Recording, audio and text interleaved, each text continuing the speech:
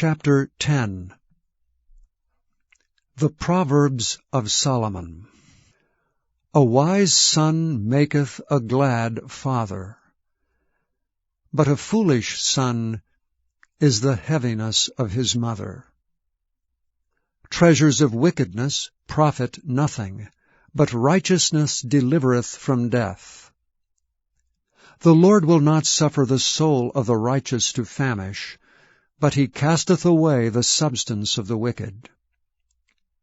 He becometh poor that dealeth with a slack hand, but the hand of the diligent maketh rich. He that gathereth in summer is a wise son, but he that sleepeth in harvest is a son that causeth shame. Blessings are upon the head of the just, but violence covereth the mouth of the wicked. The memory of the just is blessed, but the name of the wicked shall rot. The wise in heart will receive commandments, but a prating fool shall fall. He that walketh uprightly walketh surely, but he that perverteth his ways shall be known. He that winketh with the eye causeth sorrow, but a prating fool shall fall. The mouth of a righteous man is a well of life, but violence covereth the mouth of the wicked. Hatred stirreth up strifes, but love covereth all sins. In the lips of him that hath understanding wisdom is found, but a rod is for the back of him that is void of understanding. Wise men lay up knowledge, but the mouth of the foolish is near destruction. The rich man's wealth is his strong city. The destruction of the poor is their poverty. The labor of the righteous tendeth to life, the fruit of the wicked to sin. He is in the way of life that keepeth instruction, but he that refuseth reproof erreth. He that hideth hatred with lying lips, and he that uttereth a slander is a fool. In the multitude of words there wanteth not sin, but he that refraineth his lips is wise. The tongue of the just is as choice silver, the heart of the wicked is little worth. The lips of the righteous feed many, but fools die for want of wisdom. The blessing of the Lord it maketh rich, and he addeth no sorrow with it. It is a sport to a fool to do mischief, but a man of understanding hath wisdom. The fear of the wicked it shall come upon him, but the desire of the righteous shall be granted. As the whirlwind passeth, so is the wicked no more, but the righteous is an everlasting foundation. As vinegar to the teeth, and as smoke to the eyes, so is the sluggard to them that send him. The fear of the Lord prolongeth days, but the years of the wicked shall be shortened. The hope of the righteous shall be gladness, but the expectation of the wicked shall perish. The way of the Lord is strength to the upright, but destruction shall be to the workers of iniquity. The righteous shall never be removed, but the wicked shall not inhabit the earth. The mouth of the just bringeth forth wisdom, but the froward tongue shall be cut out. The lips of the righteous know what is acceptable, but the mouth of the wicked speaketh frowardness. Chapter 11.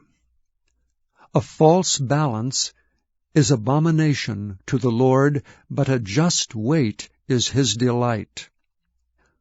When pride cometh, then cometh shame, but with the lowly is wisdom.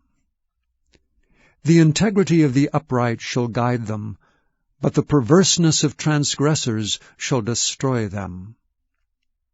Riches profit not in the day of wrath, but righteousness delivereth from death.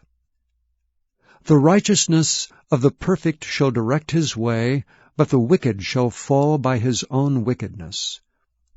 The righteousness of the upright shall deliver them, but transgressors shall be taken in their own naughtiness. When a wicked man dieth, his expectation shall perish, and the hope of unjust men perisheth.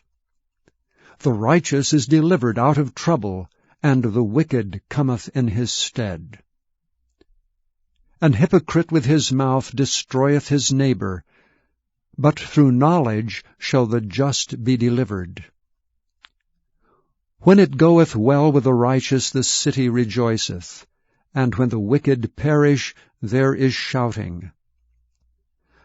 By the blessing of the upright the city is exalted, but it is overthrown by the mouth of the wicked.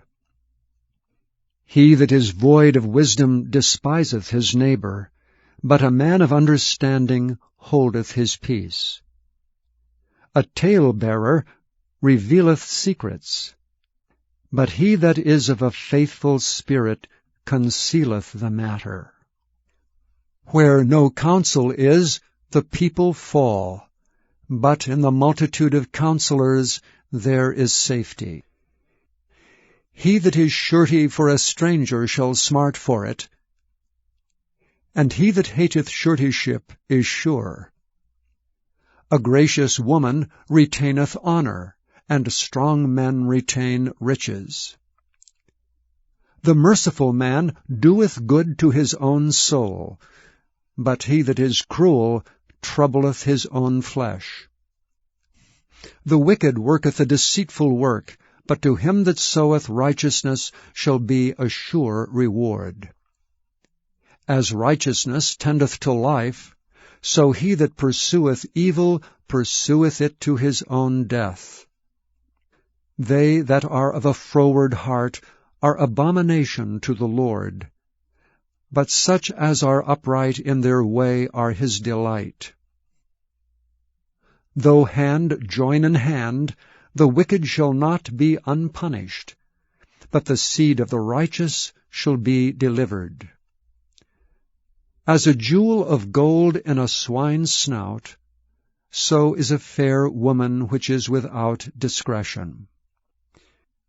The desire of the righteous is only good, but the expectation of the wicked is wrath. There is that scattereth, and yet increaseth, and there is that withholdeth more than is meet, but it tendeth to poverty. The liberal soul shall be made fat, and he that watereth shall be watered also himself. He that withholdeth corn, the people shall curse him, but blessing shall be upon the head of him that selleth it. He that diligently seeketh good procureth favor, but he that seeketh mischief, it shall come unto him. He that trusteth in his riches shall fall, but the righteous shall flourish as a branch. He that troubleth his own house shall inherit the wind, and the fool shall be servant to the wise of heart. The fruit of the righteous is a tree of life, and he that winneth souls is wise. Behold, the righteous shall be recompensed in the earth, much more the wicked and the sinner. Chapter 4. When therefore the Lord knew how the Pharisees had heard that Jesus made and baptized more disciples than John, though Jesus himself baptized not, but his disciples, he left Judea and departed again into Galilee. And he must needs go through Samaria. Then cometh he to a city of Samaria, which is called Sychar, near to the parcel of ground that Jacob gave to his son Joseph. Now Jacob's well was there. Jesus therefore, being wearied with his journey, sat thus on the well, and it was about the 6th hour. There cometh a woman of Samaria to draw water. Jesus saith unto her, Give me to drink. For his disciples were gone away unto the city to buy meat. Then saith the woman of Samaria unto him, How is it that thou, being a Jew, askest drink of me, which am a woman of Samaria? For the Jews have no dealings with the Samaritans. Jesus answered and said unto her, If thou knewest the gift of God, and who it is that saith to thee, Give me to drink, thou wouldst have asked of him, and he would have given thee living water. The woman saith unto him, Sir, thou hast nothing to draw with, and the well is deep. From whence then hast thou that living water? Art thou greater than our father Jacob, which gave us the well, and drank thereof himself, and his children, and his cattle? Jesus answered and said unto her, Whosoever drinketh of this water shall thirst again. But whosoever drinketh of the water that I shall give him shall never thirst. But the water that I shall give him shall be in him a well of water springing up into everlasting life. The woman saith unto him, Sir, give me this water, that I thirst not, neither come hither to draw. Jesus saith unto her, Go, call thy husband, and come hither. The woman answered and said, I have no husband. Jesus said unto her, Thou hast well said, I have no husband. For thou hast had 5 husbands, and he whom thou now hast is not thy husband. In that saidst thou truly. The woman saith unto him, Sir, I perceive that thou art a prophet. Our fathers worshipped in this mountain, and ye say that in Jerusalem is the place where men ought to worship. Jesus saith unto her, Woman, believe me, the hour cometh, when ye shall neither in this mountain nor yet at Jerusalem worship the Father.